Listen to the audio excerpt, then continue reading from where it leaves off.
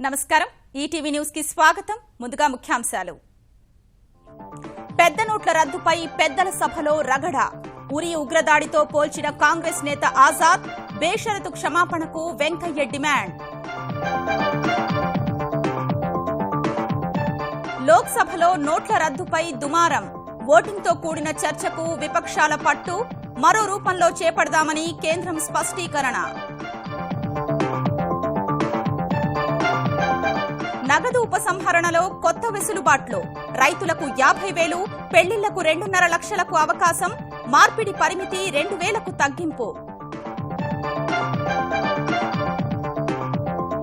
పన్ను వసూళ్లపై నోట్ల రద్దు ప్రభావాన్ని ప్రధానికి వివరించిన కేసీఆర్ సమగ్ర చర్చ కోసం రేపు ఢిల్లీ వెళ్లనున్న తెలంగాణ సీఎం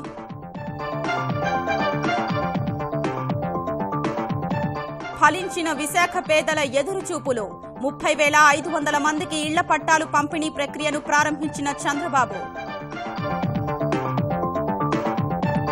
స్వచ్ఛ భారత్ పై అవగాహనలో తెలుగు నగరాల జోరు 500 పట్టణాల జాబితాలో హైదరాబాద్ కు 3 తిరుపతికి 8వ ర్యాంకు విశాఖలో చెలరేగిన భారత బ్యాట్స్మెన్ శతక్ కొట్టిన కోహ్లీ పుజారా తొలి రోజు 4 వికెట్లకు 317 పరుగులు చేసిన విరాట్ సేన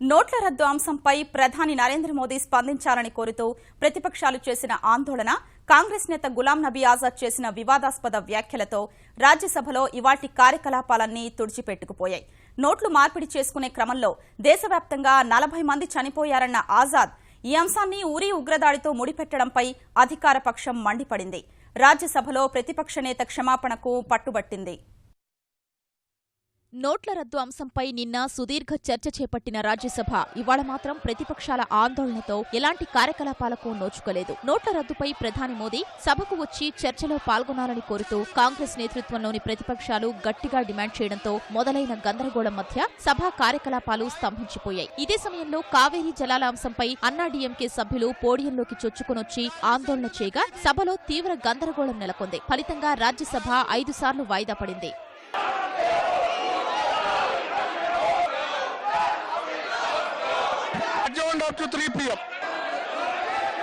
అనంతరం సమావేశమైన సభలో రాజ్యసభలో ప్రతిపక్ష నేత గులాం నబీ ఆజాద్ చేసిన వివాదాస్పద వ్యాఖ్యలు పెనుదుమారం రేపాయి ఆయనపై అధికార పక్షం మండిపడింది कि ये सदन मोनेटाइजेशन का किस तरह से लोगों को भुगतना पड़ रहा है किस तरह से अब शायद 40 के लोग मरने वालों की संख्या पहुंच गई सर हमारे ओडी में इसका आधा भी पाकिस्तान के आतंकवादियों की वजह से नहीं मरे थे उससे दुगने आज हमारी सरकार की गलत नीति की वजह से लोग मर गए उसके लिए किसको दंडित करना चाहिए उसके लिए किसको सजा देनी चाहिए Objectionable anti-national statement. Pakistan will use this statement. I request the chair, please get it deleted. I don't know why he has said it. Pakistani terrorism has taken the lives of thousands of people in this country. And you compare this with Pakistani terror. And you want to save the Pakistan. You want to give a certificate to Pakistan. We strongly protest, sir. The entire country is aghast for the remarks made by the leader of the opposition. You should apologize to the House. The entire party should apologize to the House. It's a very atrocious statement. అధికార విపక్షాల మధ్య మాటల యుద్ధం తీవ్రమవడంతో సభను శుక్రవారానికి వాయిదా వేశారు రాజ్యసభ వాయిదా పడిన తరువాత సైతం కాంగ్రెస్ భాజపాల మధ్య మాటల యుద్ధం కొనసాగింది సభలోని తన వ్యాఖ్యల్ని మరోసారి సమర్థించుకున్న ఆజాద్ అధికార పార్టీపై విమర్శలు గుప్పించారు 40 आदमी मर गए इतने तो दुश्मन के हाथ से भी नहीं मरे थे दुश्मन के हाथ से जितने अपने हमारी गलत पॉलिसी की वजह से मरे तो कहता है ये पाकिस्तान से कंपेयर हो तो हर चीज वो उनसे भारतीय जनता पार्टी से तुम पूछोगे तो जब उनके पास जवाब नहीं आएगा तो या आपको वो पाकिस्तानी बना देंगे या आपको एंटी नेशनल बना देंगे या आप कहेंगे कि आप कंपेयर कर रहे हो पाकिस्तान के साथ तो इस तरह से वो विपक्ष के राजनीतिक दलों की जबान बंद करने के नए नए हथकंडे इस्तेमाल करते हैं మరోవైపు సభ వెలుపల కూడా ఆజాద్ తన వైఖరిని మార్చుకోకపోవడంపై వెంకయ్య మండిపడ్డారు. ఉరీ ఘటనకు, నోట్ల రద్దుకు ముడిపెడుతూ ఆజాద్ చేసిన వ్యాఖ్యలపై పార్లమెంట్లోని తన ఛాంబర్లో ప్రత్యేకంగా సమావేశమైన కేంద్ర మంత్రులు ఆజాద్ నుంచి వివరణ కోసం పట్టుబట్టాలని నిర్ణయించారు. సభ సాక్షిగానే ఆజాద్ నుంచి వివరణ తీసుకోవాలని అభిప్రాయపడ్డారు. రాజ్యసభలో ప్రతిపక్ష నేత తీరుపై కాంగ్రెస్ వైఖరి ఏంటో చెప్పాలని సమావేశం తర్వాత వెంకయ్యనాయుడు డిమాండ్ చేశారు. గులాం నబీ గారన్న తన తప్పును గ్రహించుకొని నేను ఆ ఉద్దేశం కాదు, నేను అలా అనలేదు, లేకపోతే నేను అన్నందుకు విచారపరుస్తున్నా అని చెప్పుంటే చాలా బాగుండేది.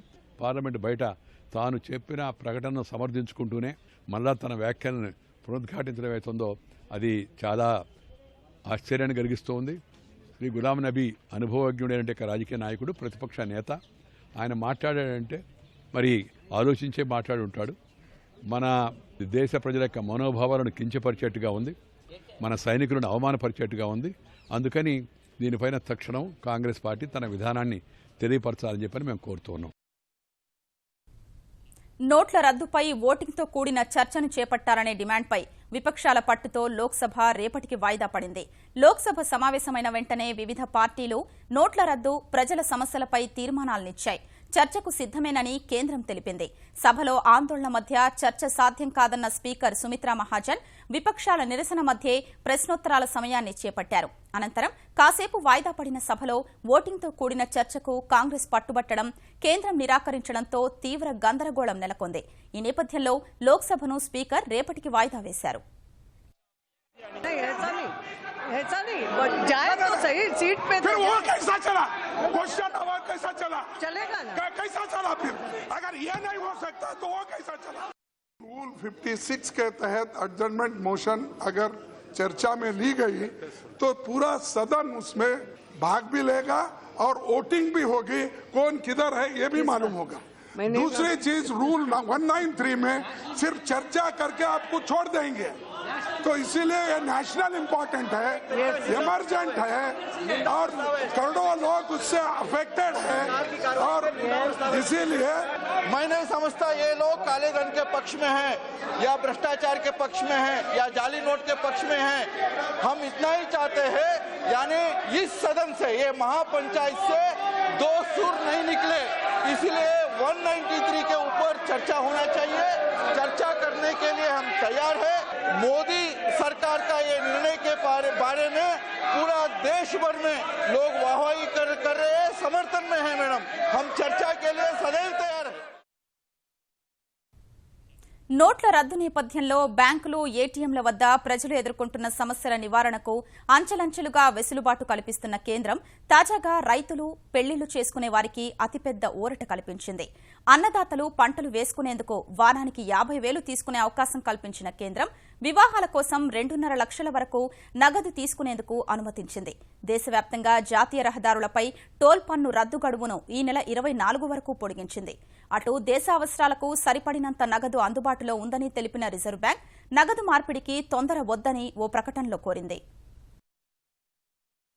రబీ సీజన్ సమీపించిన వేళ పంటలు వేసుకోవడానికి అవసరమైన పెట్టుబడులకు నగదు తీసుకోవడంపై విధించిన పరిమితులు ఆటంకంగా మారాయని ఆందోళన చెందుతున్న అన్నదాతకు కేంద్ర ఆర్థిక శాఖ తాజాగా వెసులుబాట్లు కల్పించింది. పంట రుణాలు, కిసాన్ క్రెడిట్ కార్డుల ద్వారా రైతులు వారానికి 25,000 వరకు బ్యాంకుల నుంచి తీసుకోవచ్చని కేంద్ర ఆర్థిక వ్యవహారాల కార్యదర్శి శక్తికాంత దాస్ ప్రకటించారు. కేవైసీ సమర్పించిన రైతు ఖాతాల నుంచి చెక్కులు, ఆర్టీజీఎస్ ద్వారా అదనంగా మరో 25,000 వరకు తీసుకోవచ్చని తెలిపారు. తద్వారా పంట పెట్టుబడులకు ఒక్కో రైతు వారానికి 50,000 రూపాయల వరకు తీసుకోవచ్చని దాస్ తెలిపారు. వ్యవసాయ ఉత్పాదక మార్కెటింగ్ కమిటీల్లో నమోదైన వ్యాపారులు, హమాలీ, ఇతర ఖర్చుల కోసం వారానికి 50,000 తీసుకునే అవకాశమిచ్చిన కేంద్ర ఆర్థిక శాఖ పంటల బీమా పథకం ప్రీమియం చెల్లింపు గడువును మరో 15 రోజులు పొడిగించింది. ప్రభుత్వ రంగ సంస్థలు, రక్షణ, రైల్వే శాఖలకు చెందిన గ్రూప్ సి ఉద్యోగులు 10,000 రూపాయల వరకు తమ జీతంలో ముందుగా తీసుకునేందుకు అనుమతించిన కేంద్రం ఆ మొత్తాన్ని నవంబర్ వేతనంలో మినహాయించనున్నట్లు వివరించింది. దేశంలో పెళ్లిళ్లకు వెసులుబాట్లు కల్పించాలని ప్రధాని నరేంద్ర మోదీ, ఆర్థిక మంత్రి అరుణ్ జైట్లీకి వస్తున్న విజ్ఞప్తులను పరిగణించిన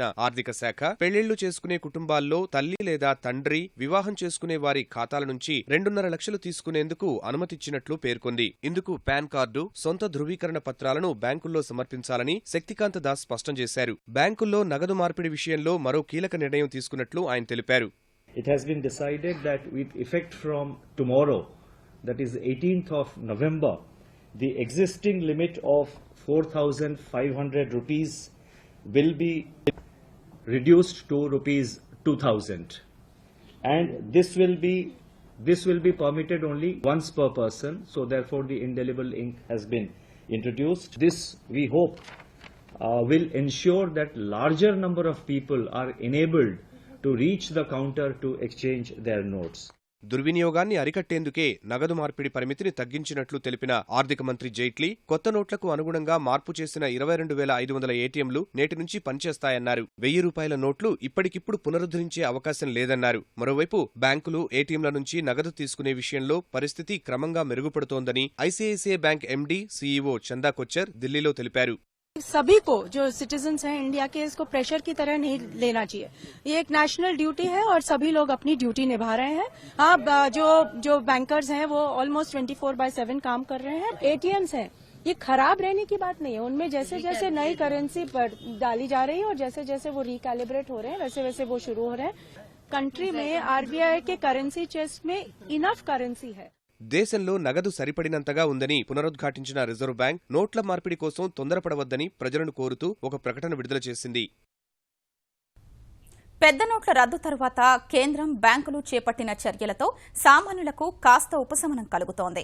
బ్యాంకులు, ఏటీఎంలు, తపాలా కార్యాలయాల్లో రద్దీ కాస్త తగ్గుముఖం పట్టింది. పాత నోట్లను మార్పిడి చేసుకునేందుకు బ్యాంకులకు వచ్చేవారి సంఖ్య తగ్గుతోంది. ఏటీఎంలలో పూర్తి స్థాయిలో నగదు నిల్వలు నింపేందుకు బ్యాంకు అధికారులు శక్తివంచన లేకుండా ప్రయత్నిస్తున్నారు.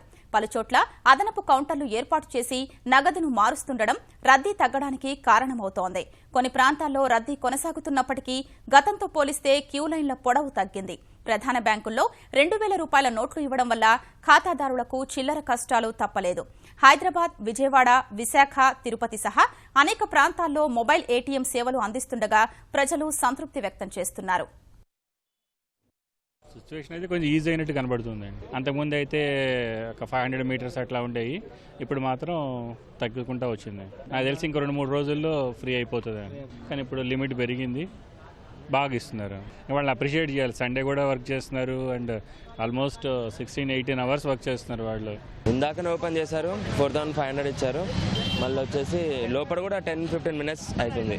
తీసుకున్నందుకు ఆనందంగా ఉంది, కానీ చేంజ్ గురించి కూడా కొంచెం బాధగానే ఉందండి. పెద్ద నోట్లను రద్దు చేయడం ద్వారా దేశ ప్రజలందరినీ కేంద్రం మోసగాళ్లుగా చిత్రీకరిస్తోందని పశ్చిమ బంగా ముఖ్యమంత్రి మమతా బెనర్జీ విమర్శించారు.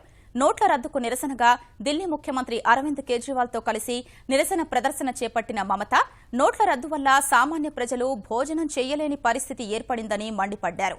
సామాన్యుడి కష్టాలతో ప్రధాని నరేంద్ర మోదీ ఆనందం పొందుతున్నారని దుయ్యబట్టారు. 3 రోజుల్లో నోట్ల రద్దు నిర్ణయం వెనక్కి తీసుకోకుంటే ఆందోళనను మరింత ఉధృతం చేస్తామని ఢిల్లీ ముఖ్యమంత్రి కేజ్రీవాల్ హెచ్చరించారు. सब्जी मंडी नहीं चलेगा, सब्जी बाजार में नहीं आएगा तो क्या डायमंड खाएगा, ना क्या एटीएम खाएगा, क्या खाएगा लोगों ने? पहले तो खाने दो, रोटी कपड़ा मकान पहले दो.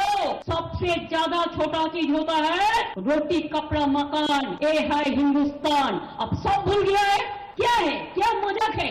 लोगों ने लूटा है और आप लोगों ने मजाक लूटते हैं. आज 9 दिन हो गया है. आम जनता को क्या सोचता है? हम लोग सब नौकर है. क्या सोचता है देश को जनता है? और देश का जनता क्या चोर है? सब चोर है. और तुम साधु संत है. साधु लोगों में भी तुमको विश्वास नहीं करता.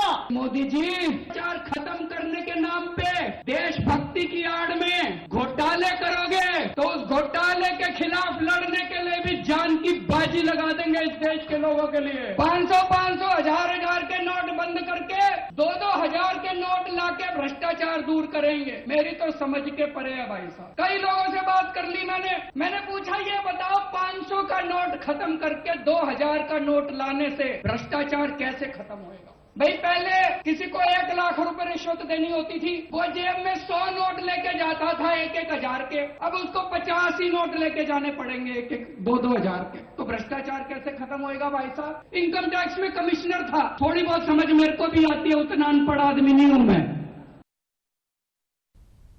పెద్ద నోట్ల రద్దు నిర్ణయాన్ని సవాల్ చేస్తూ దేశంలోని వేర్వేరు హైకోర్టులు, ఇతర కింది న్యాయస్థానాల్లో దాఖలైన పిటిషన్లపై విచారణను నిలిపివేయాలని కేంద్రం చేసిన అభ్యర్థనను పరిశీలించేందుకు సుప్రీంకోర్టు అంగీకరించింది.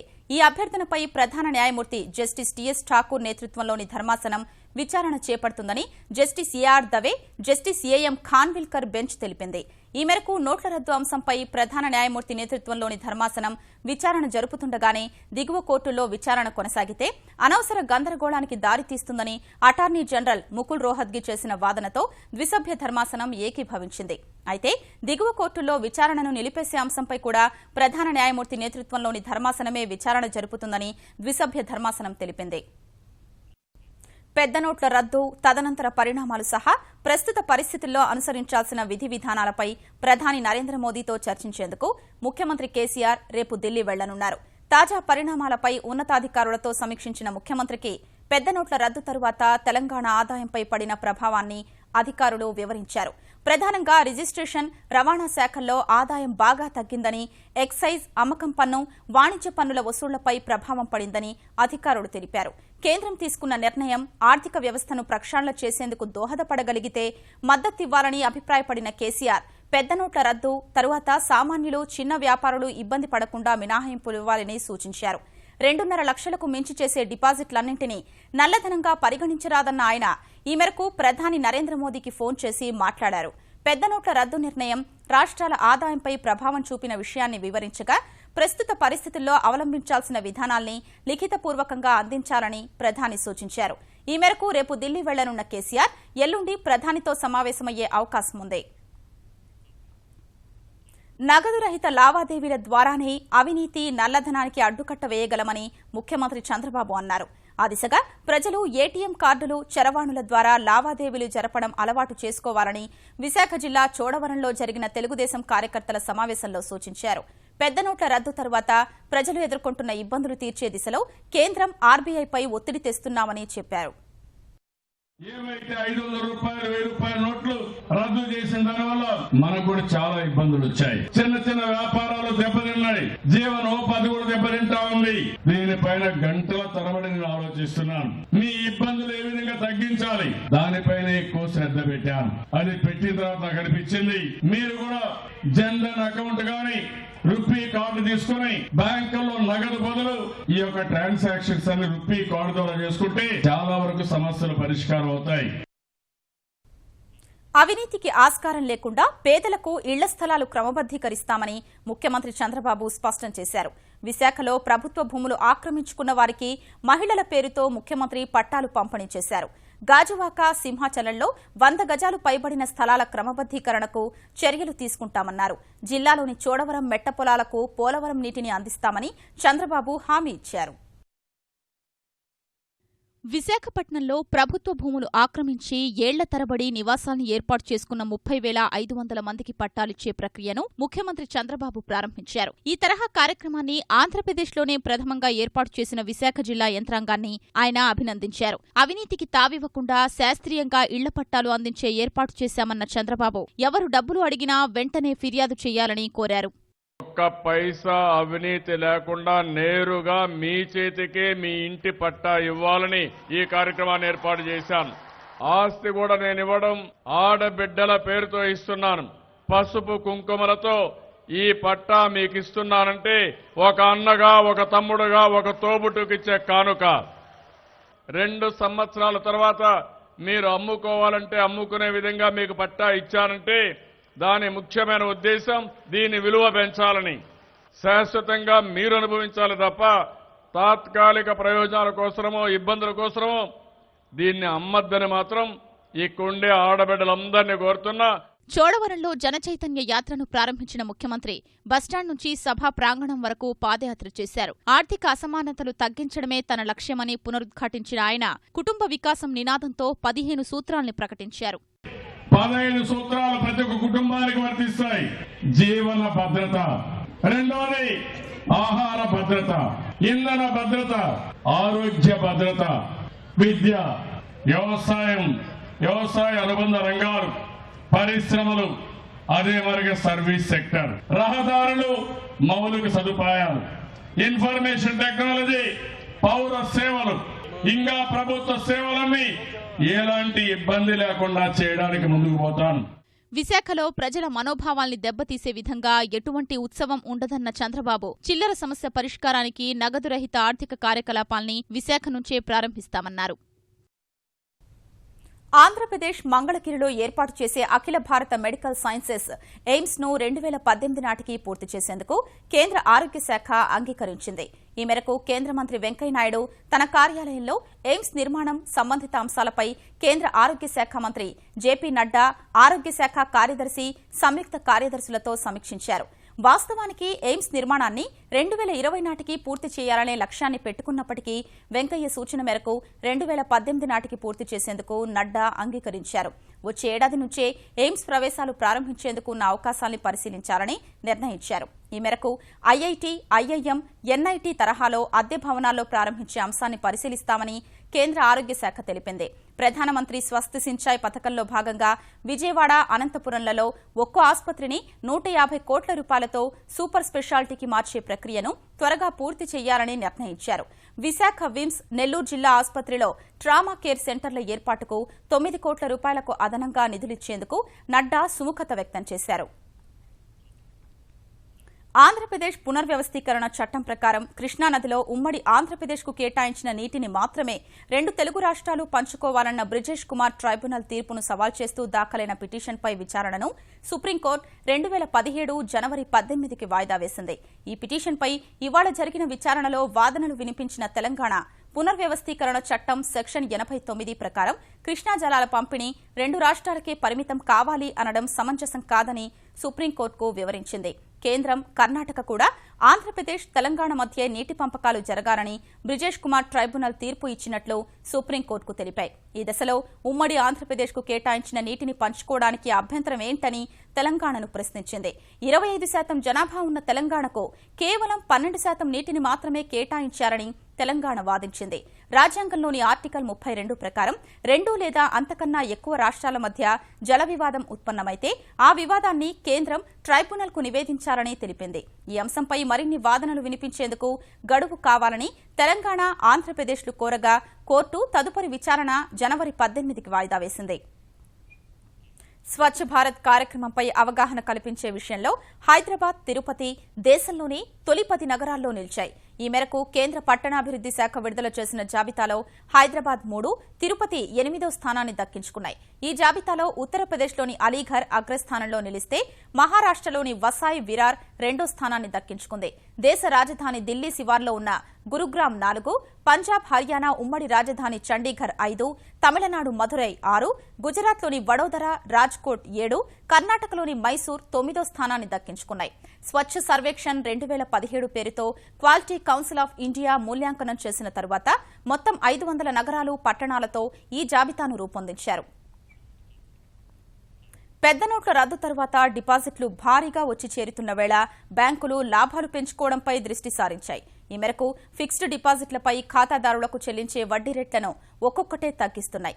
ఇప్పటికే ఎస్బీఐ, యాక్సిస్ బ్యాంకులు ఫిక్స్డ్ డిపాజిట్లపై వడ్డీ రేట్లలో కోత విధించగా తాజాగా ఐసీఐసీఐ, హెచ్డీఎఫ్సీ బ్యాంకులు వడ్డీ రేటును 0.25% తగ్గించాయి.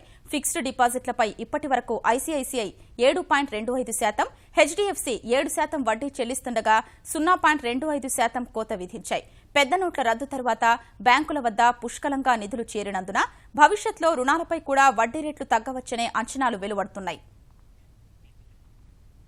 దేశ ఆర్థిక వ్యవస్థపై పెద్ద నోట్ల రద్దు ప్రభావం ఏ మేరకు ఉంటుందనే అంశంపై పరస్పర విరుద్దమైన అంచనాలు వెలువడుతున్న వేళ స్టాక్ మార్కెట్లు వరుసగా 4వ రోజు నష్టాల్లో ముగిశాయి.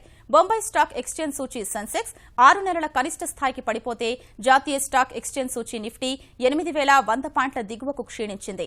క్రితం 3 సెషన్లలో 1,219 పాయింట్లు నష్టపోయిన సెన్సెక్స్ ఇవాళ మరో 71 పాయింట్లు క్షీణించింది. ఈ ఉదయం 26,305 పాయింట్ల వద్ద ప్రారంభమైన సూచీ మొదటి నుంచి హెచ్చుతగ్గులకు గురైంది. ఒక దశలో 26,450 పాయింట్లకు పెరిగి కాస్త ఆశలు పెంచిన సూచీ అమెరికా డాలర్ 13 ఏళ్ల గరిష్ట స్థాయికి చేరిన వేళ విదేశీ సంస్థాగత మదుపరులు అమ్మకాలకు దిగగా 26,155 పాయింట్ల కనిష్ట స్థాయికి పడిపోయింది. చివరకు 26,228 పాయింట్ల వద్ద స్థిరపడింది. జాతీయ స్టాక్ ఎక్స్చేంజ్ సూచీ నిఫ్టీ 32 పాయింట్లు క్షీణించి 8,080 వద్ద ముగిసింది. ఈటీవీ న్యూస్ సమాప్తం. నమస్కారం.